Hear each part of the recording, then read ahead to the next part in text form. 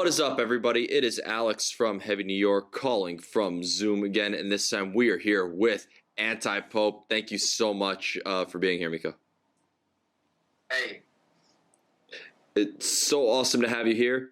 The newest album is Rex Mundi. Did you just, was the intention to just make a direct continuation of what we heard off Apostle of Infinite Joy, or was this meant to be like a new beginning in a way for Antipope?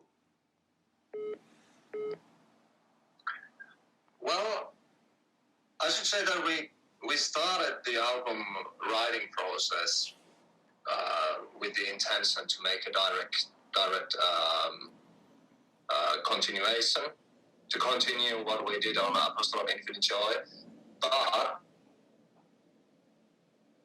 by accidents that happen when you write an album, we ended up somewhere else. There are obviously familiar things from what we've done before, but also I should say that Rex Mundi also presents a side of Antipope that's not been there for quite some time. We tried to do these kind of things with twin guitar work and classical music influences back in our demo days when we did our self-published little EPs and stuff in the mid 2000s. But we hadn't, since we have grown as a band, we haven't done that, and we sort of revisited our early influences, traditional heavy metal and 90s symphonic black metal, and combined those, and that's how Rex Mundi came about. Mm-hmm. Yeah, I've noticed that with this album, when you compare like a track such as Hounds of Lord or Glory of Slaughter, Hell on Earth, or Church of Wolves, there's so many different elements, from like the black metal aspects to the traditional heavy metal aspects.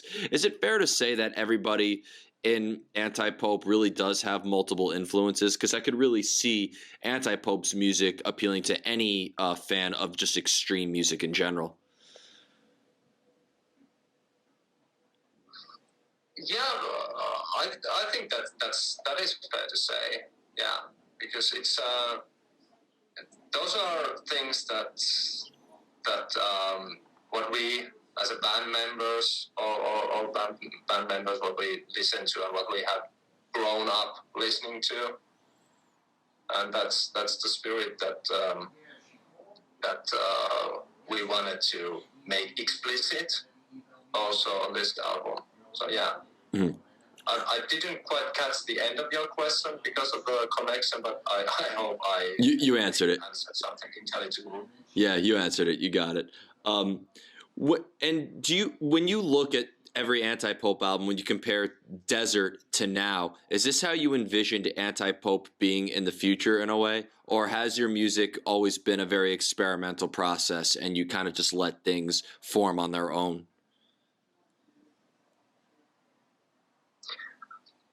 Well, we pretty much have let the things go as they will, and that's one of the reasons why our albums that we wrote in early 2010s, albums like House of Harlot and Three Eyes of Time, why they sound quite different from where we are now, and that was a kind of a phase where we wanted to try some industrial stuff, for example, and some doom metal things also. But I wouldn't say that this definitely isn't something that I envisioned back then. But right now, I'm very happy where we are, and it's kind of like I said, that we reintroduce some influences and some techniques that we've been playing around with some 15, almost 20 years ago. And I would say that the musical identity of Antipope has also become more clear. And I wouldn't be surprised if the next album wouldn't wouldn't change that much what we done on Rex Mundi, but it might. Although I should say that that since Denial Survival, the album that came out in 2017, since then we've been kind of going towards the point where we are now with Rex Mundi. So it's basically the reason there is that we had our industrial doom metal, gothic metal phase back in early 2010s, and now we are kind of back to the heavy metal roots where we came from. Has there ever been a time where maybe like a lyrical idea or a concept could also influence the music in itself in a way, or does music need to be laid down before any lyrical ideas come to fruition? Pretty much always we do that, so that we write the music and then I just listen to it. We pick the songs that will make the album. So we usually write something, let's say around 15 tracks, and then we choose 8 or 10. This time it was 9 songs that kind of fit together, and then I start to just listen to it while driving in car or just doing something. And well, this time it was just by an accident that I stumbled across some writings from the 1200s that describe the Qatar Wars, the Crusade, and when I was reading them, I kind of started to hear those new songs in my head and felt that, okay, there is something going on here, that the atmosphere and mood and kind of a mental landscape that I got from those historical texts, it fit really nicely with what was going on in the music. And then I started to read about the Qatar War and the Crusades and all that was going on there, and came up with the concept for the album, and then just wrote the lyrics. And it's is it fair to say that is there a lot of research that goes into the songwriting process? Obviously, you're sitting around with your instrumentation, the band is collaborating, but as you mentioned, there was a lot of reading involved. Have you always looked at other mediums of art for sources of inspiration, whether it would be literature or film or visual art? So yeah, it's always been part of the composition, the process of composing or coming up with the ideas for the lyrics, to look into other medium, other forms of art. Mainly for me, it's been literature, but also movies. Anything with a good story, with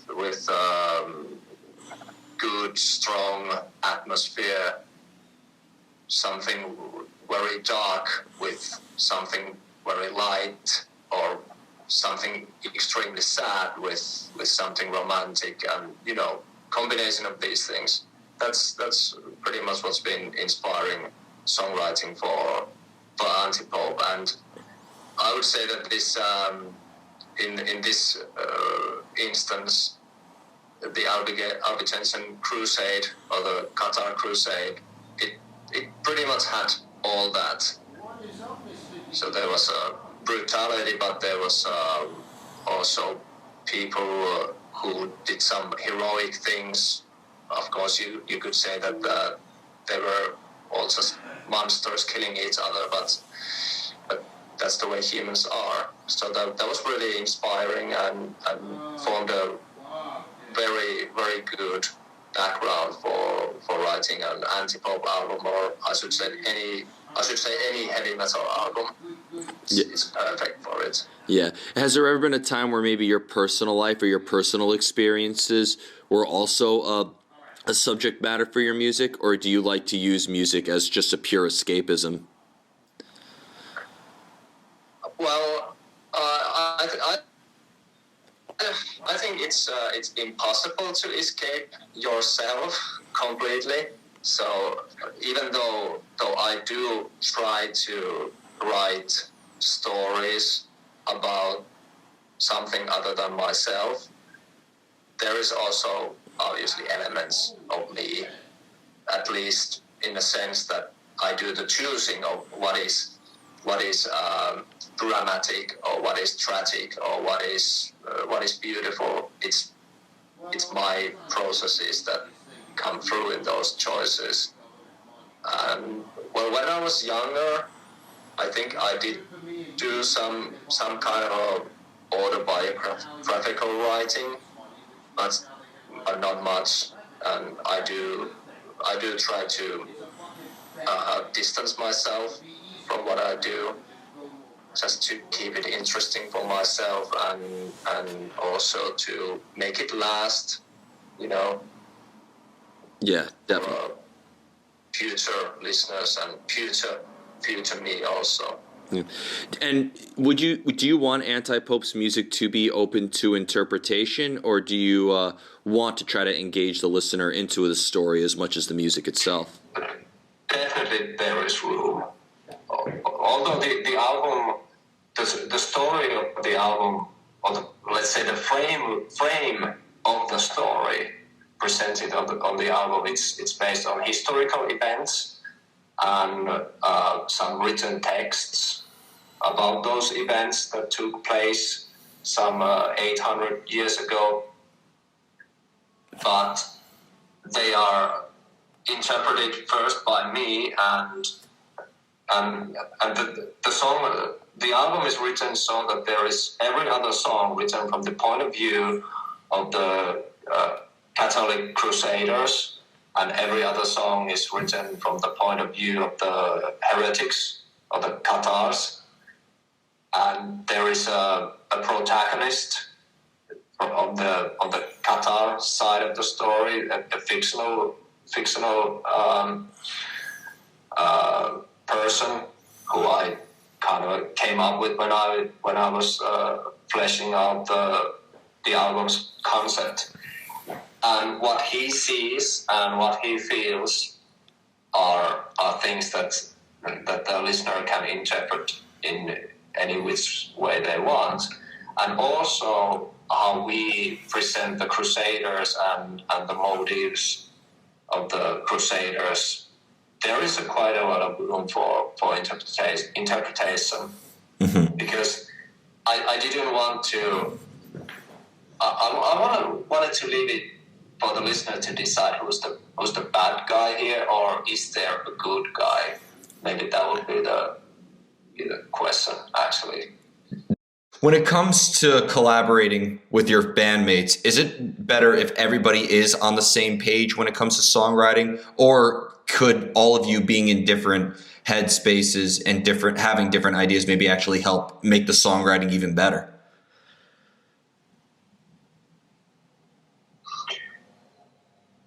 Well, it depends.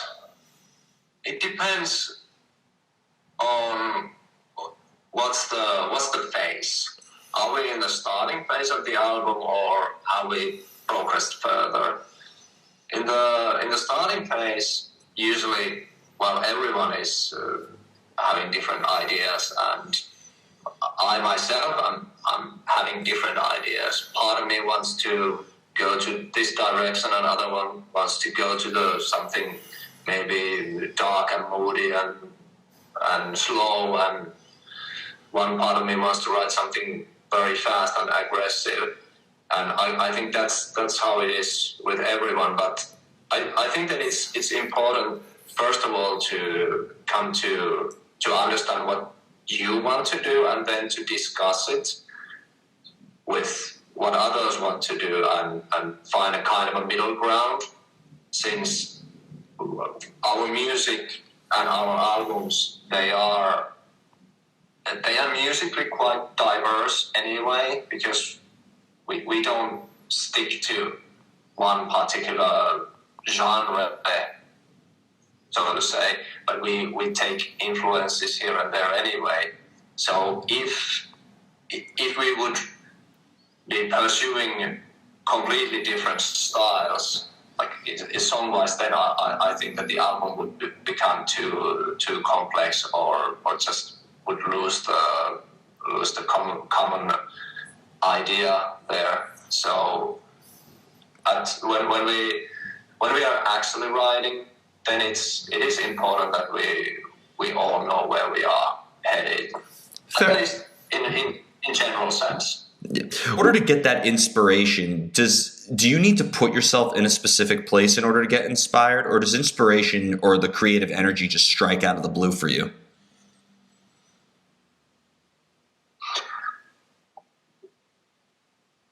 Well, that also depends on where we are with the album writing. When we start writing, we actually have started to write the follow-up to Rex Mundi. We started it a week ago when Rex Mundi was officially published. That's in this early phase, it's almost like forcing myself to write. Just take guitar and see what comes up, and try something maybe familiar, maybe something new, and write some kind of a song demos, and see if they resonate with me emotionally, if they capture it, or I should say, if they call up something from my subconsciousness. And if they don't, then those song ideas get discarded. But if they do, then I start to write more consciously in that framework, and that's when the inspiration actually starts to work. That's when I get that I might be driving my car or taking my dogs for a walk, and then when I'm walking outside, some riff or rhythm or melody, or usually it's a riff, starts to play in my head, but it usually it is necessary that there are like some pre-written songs that inspire more ideas. So in this early phase where we are right now, and it was exactly the same with Rex Mundi, that no ideas come, no idea. Maybe some ideas come, but they usually are just something very boring and very mundane for whatever reason. And that's also the moment when you think that, oh my God, is the last album actually the final album that I'm going to be able to write? Because no ideas appear. But ideas start to appear when there is something already recorded. Mm-hmm. Well, that kind of process. Mm-hmm. Going back to Rex Mundi, because it almost seems like that this is pretty much a concept album. Do you really, and obviously it might be kind of a silly question, but could a listener approach this album from any angle in a way? Like if they were to start off with the single like Church of Wolves, or in order to get the full context of the album, they need to start off with Plague of Heresy and Madness and end with Hell on Earth?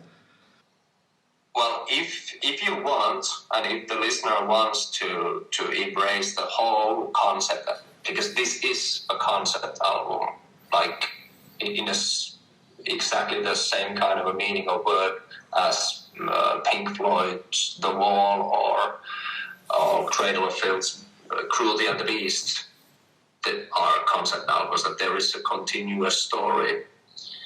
So if you want to embrace that story and experience it while listening to the album, then you better go with the running order of the tracks.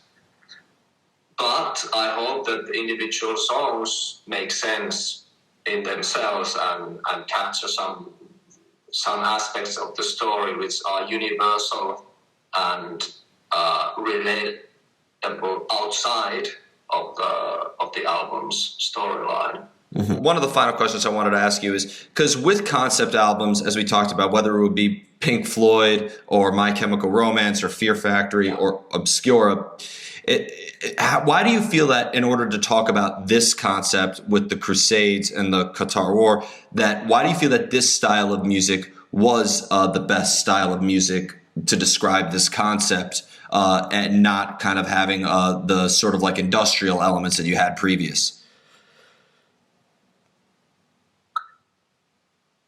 Well, that's a really good question and interesting one. I think first of all we had the music first, and this concept came. I came up with this concept by an accident. I was reading something and for my work actually, and then. This something was about the Qatar wars, and then I just started to hear those new songs in my head and felt that, okay, there is a connection here. It could have been something else, I think, or at least I hope, because that would be a bit creepy if I managed to write something that actually fits into what was going on 800 years ago, all those textual representations of it. So anyways, the music was there first, and it actually feels like this is the music for that concept, for those texts, and obviously my interpretation of those texts.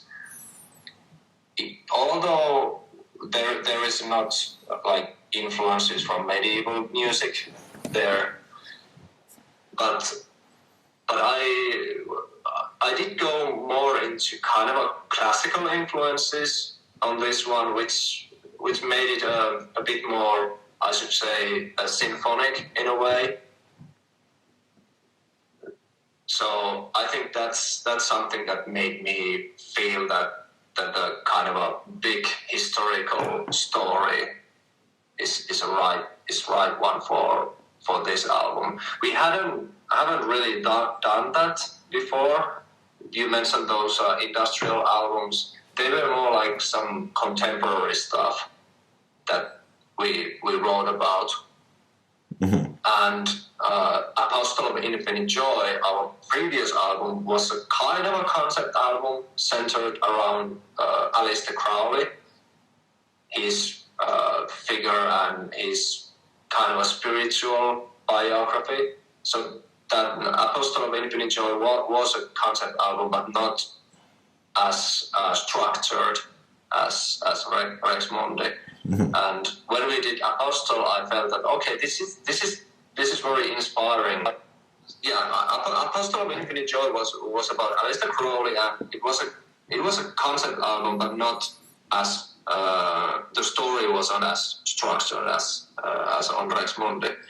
So I wanted to make a proper concept album, as I like to call Rex Mundi, and this historical concept with a lot of like really that at least in my mind raises a lot of emotions of different kind resonated with the music, which is also there are melodies, there are melodic parts, there are brutal blast beats and everything in between, and I felt that this Qatar war could textually represent the music Definitely. quite well. Definitely. And finally, just, with this brand new album out now, first off, this album is absolutely amazing. And I think it really is going to really get a lot more people into heavy metal. I just want to know, with Rex Mundi out now, what is the future for Antipope hold? Is there any chance Antipope could be coming to the U.S. one day? Well, we've been discussing it, and that's definitely a possibility, I should say. Obviously, it is... there's a lot of preparations that needs to be done to get there, but But if we can arrange things properly, and of course we need some context at your end to help us outside the gigs and all that. It is definitely a possibility, since United States is our, I should say, biggest market right after Finland. So if we should play somewhere outside Finland, that would be in the States, and that is by quite a large margin. Yeah, we would love to have you here. We would love for you to bring your music here and play everything from the catalog, from Desert to even to the Scorched Heavens EP up to now. We would love to hear it all. All right. Well, that would be awesome. Yeah. Well, thank you so much. Yeah. Everybody, we are here with Antipope. Be sure to check out Rex Mundi. It is out now. We will see you next time on Heavy New York.